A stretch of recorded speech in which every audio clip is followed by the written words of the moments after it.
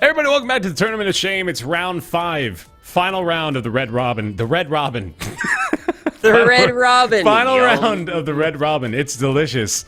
I've got Nick here. What's up, man? I've never eaten at a Red Robin. They're actually one of my favorite restaurants. What do they have there? Like casual pub food, or? They've got those steak fries. You ever had steak fries? Good. Yeah, there's just thick cut fries, right? Yeah. They're really good. What's wrong with those? They're bottomless, too. Wow, that's a lot. Anyway, we wanted to take this opportunity to mention that Red Robin is the newest sponsor for the Tournament of Shame. Yeah. It's weird, they just reached out to us one day. We're like, all right, sure. It's like, you guys are into it, we are too. It wasn't even an official spokesman of Red Robin. It was like redrobin@gmail.com. And he said, if you guys want to send me $50, I'll make sure it gets into the right hands and, you know, like talk to Red Robin for you. The name I remember seeing was Red Knob End. Oh. But we just went along with it. I didn't think that was ridiculous.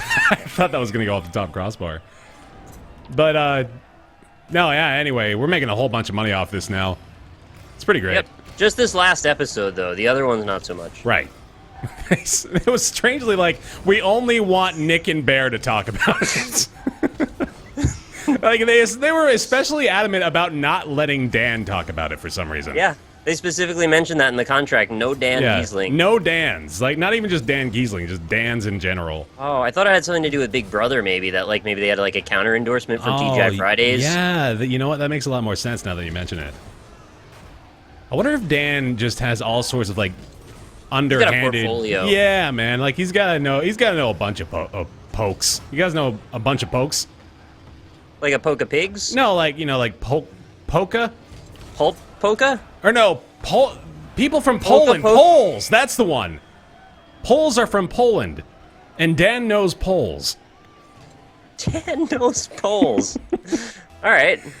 Dan knows Poles. I won't tell him you said it. Yeah, it's a good YouTube name, though. So all I'm doing in kickoff meta these days is just trying to stop it from going anywhere. Like, right, I thought that was the ideal movement, actually. Okay, I'll just give you that goal. Thank you. Sure, whatever. It's just, I feel like as long as the ball just stays in the middle of the field, then that's the best result for me. There's like a second qualifier to that, and it's not only do you want it to stay in the center, but you want to not get kicked in the air very high, so you have a quick recovery. Right, yeah. So you got to make sure your center of gravity is balanced enough to where you're going to be able to get down and get going. I think you want to hit it towards the tail end of your flip, if you do a flip. Right. Yep. There we go. Right over me. So, I was one of the worst so far in this tournament. I was gonna ask you how it's going.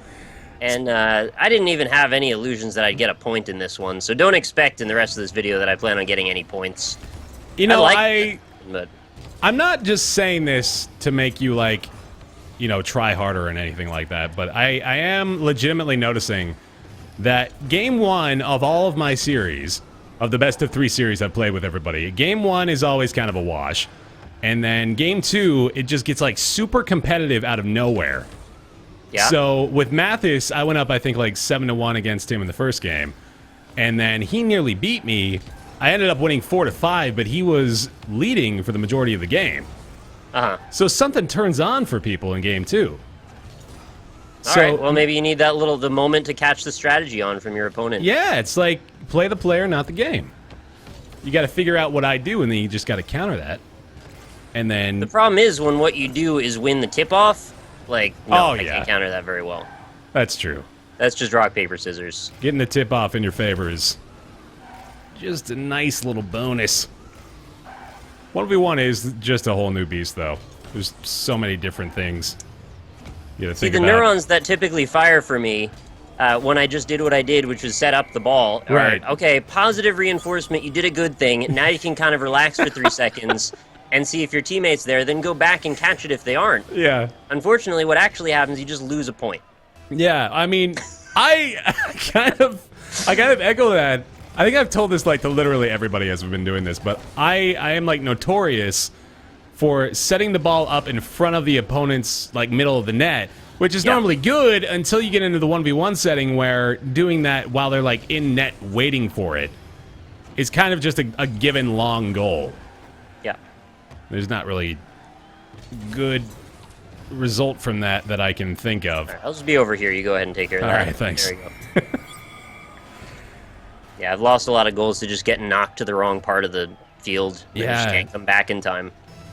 One thing I do like about 1v1 is that you can employ, like, dribbling a lot more.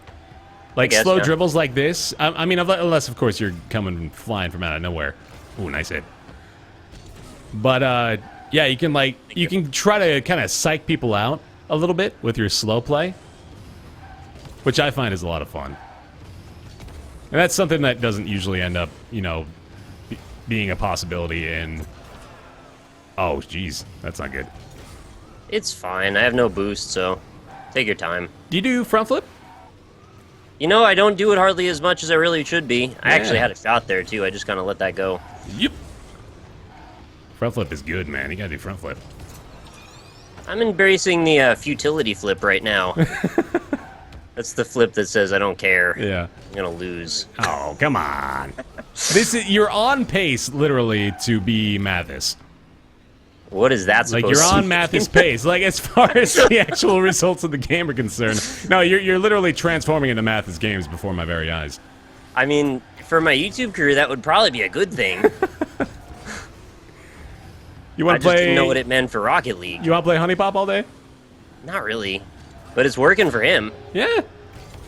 I'm not I mean, entirely sure I know what that is. He claims to really enjoy it. It's like a match 4 game, right? Or match 3 game. Something like that, yeah. But there's like naked women in it for some reason. I think it's like... There's women, and you have to match 3 parts of their body. And then you make a new woman. So it's kind of like a Thought you liked serial dating, killer's clipping of magazines. Oh, I don't know. God, it's like an episode of fucking Dexter. I'm You gotta making paint that up. each of the nails a different color. Yeah. No, I have no idea what Honey Pop is. Shouldn't we know as YouTubers? I mean, there's an Don't obligation. we wanna live properly? Don't we want to live in general? If we don't know Yeah, what don't Honey we just Pop wanna is, live? Mr. YouTube comes to your house and fucking kills you. There's a red phone. I've seen it. It's terrifying. It's on Ryan's desk. He calls Mr. YouTube sometimes. It's made of blood. Yeah. Well, why do you think it's red? It's only gonna be for that reason. Exactly. All right, man. So we're gonna... What server were we playing on, actually? What server? Because I know you guys are on the East Coast and I'm on the West Coast, so we've been using that as a Oh. as a way to like swap advantage, even though we're on US West right now. Oh, so you're giving me host side, man. I really didn't think about it. It doesn't matter. Yeah, it doesn't really matter. It was like an artificial way to... Oh, nice Dude, save. If I called it out and was like, man, the only reason you won is because of the server, like, I think there'd be some problems. Yeah. And, well, there's going to be problems in the comments either way, but there's going to be a lot more if I said that. Problems in the comments. That's a pretty good album name. Oh, no. Oh, shoot. Oh my god, I got a goal on there. Okay, wow. I totally whiffed on that. No, you are becoming even more Mathis-y. Well, how do you keep making these comparisons? This is between what them? happened, man. This is just deja vu for me. This is exactly the process. All right. I'm terrified now, legitimately, because he was making waves. Well, I'm already not getting enough sleep, so that's part of the Mathis transformation. Yeah, there you go. You gotta revert your sleep schedule to like 3 a.m. to 3 p.m. Ooh, that was fun. I did play that survival sim game Grav the other day. Shit, maybe you're right. I think you're actually Mathis. Have you thought about that? It's out now. You should consult your doctor. Oh, yeah, that's true. Okay, so pro, more subscribers. Yeah, way more subscribers. I get to hang out with TB all the time. Yeah. Well, I don't get to win the Rocket League tournament, so that's a con. Yeah. Well, I don't know. Maybe I shouldn't say. If you become Dan, you like badger Mathis all the time. Dan's Gaming?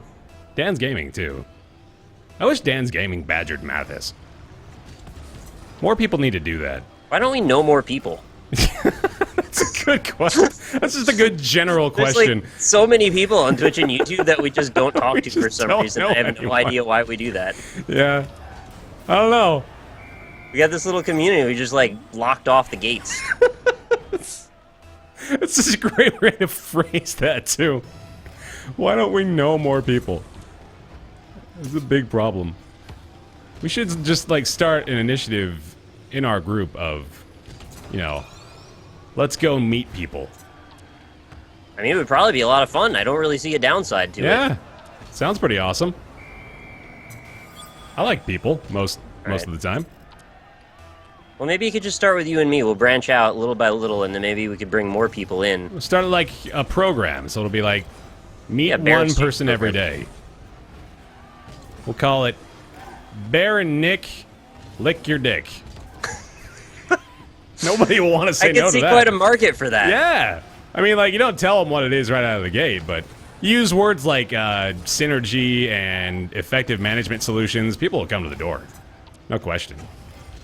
Do we actually lick their dick, or do we just, like, make videos with them? No, dick is like an acronym, and so is lick. Oh. So it's like Baer and Nick. Directed, informative. Yeah. Commercialization. I don't know what the case is. Baer and Nick's leadership initiative to conquer Kentucky, and then like your. That's a weird acronym. Yeah, well, it's also very specific. I don't know if we really like have a branched out marketplace by that. I have no interest in Kentucky, by the way, so you can just have Kentucky. You just want to give me Kentucky? Yeah, I'll take the friends. You can have Kentucky. Okay. No, Sorry, that seems Kentuckians reasonable. out there. I don't really want Kentucky either, to be honest. There's nothing against Kentucky. I just don't think I should own a state. Kentuckites? Hey, what do you call those? Kentuckians or Kentuckites? I think it's Kentuckites. I'd want to be a Kentuckite. But Kentuckian sounds a lot more like it's actually the thing. Like, plausible, even. Yeah. I don't know. Kentuckyites, let us know. Have you ever been to Kentucky? No, I've never been to Kentucky. Me either. It's not really on the top of my I want to go here list. I had a communications law professor in college. Okay. What are the laws? Well, there's only one, and it's be yourself. Oh, okay, good. Mm-hmm. I learned a lot in college. But he was giving us crap for not being well traveled. I'll help you. Thank you. And he was saying, like, he was talking about, I think it was some place in Iowa. Oh, where Slipknot came from. Yeah, Yep. maybe. It was like Slipknot's It is. hometown, but it has some sort of significance in communication law. Okay. And he was telling us, he was asking the class how many people had been there. And of course, nobody raised their hand. And he looked at us all with like this disappointment of a father in his eyes, and he said, "You all need to be more well-traveled." And I Just as a general rule. yeah, just a rule of thumb about our lives. I didn't know if he was being facetious about it, but I found a lot of issues with that. Like, namely, first of all, we're in college. We're probably not budgeting a ton for, like regular travel or anything. Yeah. And then second of all, if I could, scrounge together the funds to go on a little trip for myself, I'm probably not going to Iowa. I'm going to be honest. I'm probably not going to go to fucking Iowa, of all places. I wonder what he thought you were going to find there, really. Yeah. Just, you wanted to go research this communications law in Iowa while you're in college and you got to go to classes and you have no budget? Right. And, like, I'm not sure it was Iowa, but I know for a fact that it was nowhere that I would choose to go of my own volition. I had a similar thing happen in my college, actually. There's a very overzealous professor. He's from the UK. And he's just, like, really kind of pretentious and a bit of a dick to everybody. Yeah. And his big thing was, since we were in upstate New York, we needed to constantly be traveling to New York City, just because because there's art everywhere in New York City, and we were in art school, so like we need to go see it. Of course. Problem is, it's like $80 round trip to get on a bus to spend your entire day going to New York City, and you also have like schoolwork to do every day. So I don't know how exactly he expected us to do that. He like actually was pissed that we didn't have Metro cards. He was mad. Like, why would we ride the subway in New York City if we don't live there? I guess, like, it's his idea of, like, a representation of the intelligence level of his classroom. How do these motherfuckers... How do they be so dumb that they ain't got no Metro cards? Yeah, we're so not cultured. You should play I Want to Get Cultured, actually. That would help you out. It's a needle game, isn't it? Yeah, it's one of those needle games. Ooh, good block. I was thinking about playing I Want to Kill the Camilla too, because B-Rex said it was real easy. B-Rex doesn't know what the word easy means. I know. I was kidding. We did one of those things. I dared him. I was like, man, I will stream any game you want if you stream any game I want. And he's like, okay, you got to beat I Want to Kill the Camilla 2. I was like, fine, I'll do it on Sunday. Just give me like an hour to practice. Oh, my God. He's like, it'll take you 9 years. I don't care. I'll do it anyway. I watched him play a little bit of that. That dude, you know, he's fucking, like, getting training from one of the best Rocket League players in the game right now. It's not fair, man. Like, he can't be the best at everything. But he actually is. And this comes right from the heart from you because, you know, you've got the whole Spelunky rivalry. Yeah. You and him. A lot of bad blood there. I think I just kind of accepted that as, oh, he's way better than me. I'm not going to be as good as him. But then I picked up, like, 1001 Spikes. I picked up,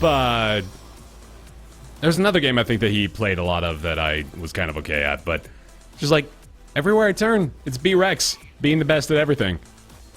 It's ridiculous. Rex, that's what he does, part of his name. So I just kind of stopped playing about halfway through that because there was no coming back from it. You scored like 1,000 points. That's okay. It's pretty wild. It's all for fun. Good game. Thanks for watching the Tournament of Shame. Good games, man. This will be my exit from the finals unless we make rules around that, but we'll see how it goes. Time. Later, everybody. See ya. I've got a little bit of Euro Truck Sim experience in my belt. Well, I mean, lucky for me, I have driven a milk truck in the past. What? Yeah. I was a milkman for 3 months. What? That's like glass bottle milkman or no. It's like the plastic stuff, you know, the future of milkman technology. That guy just did 14 damage with his freaking tempting goblets, so, you know. As soon as I start feeling good, everybody just shits on my face. Just the way the world works. I have to live with that.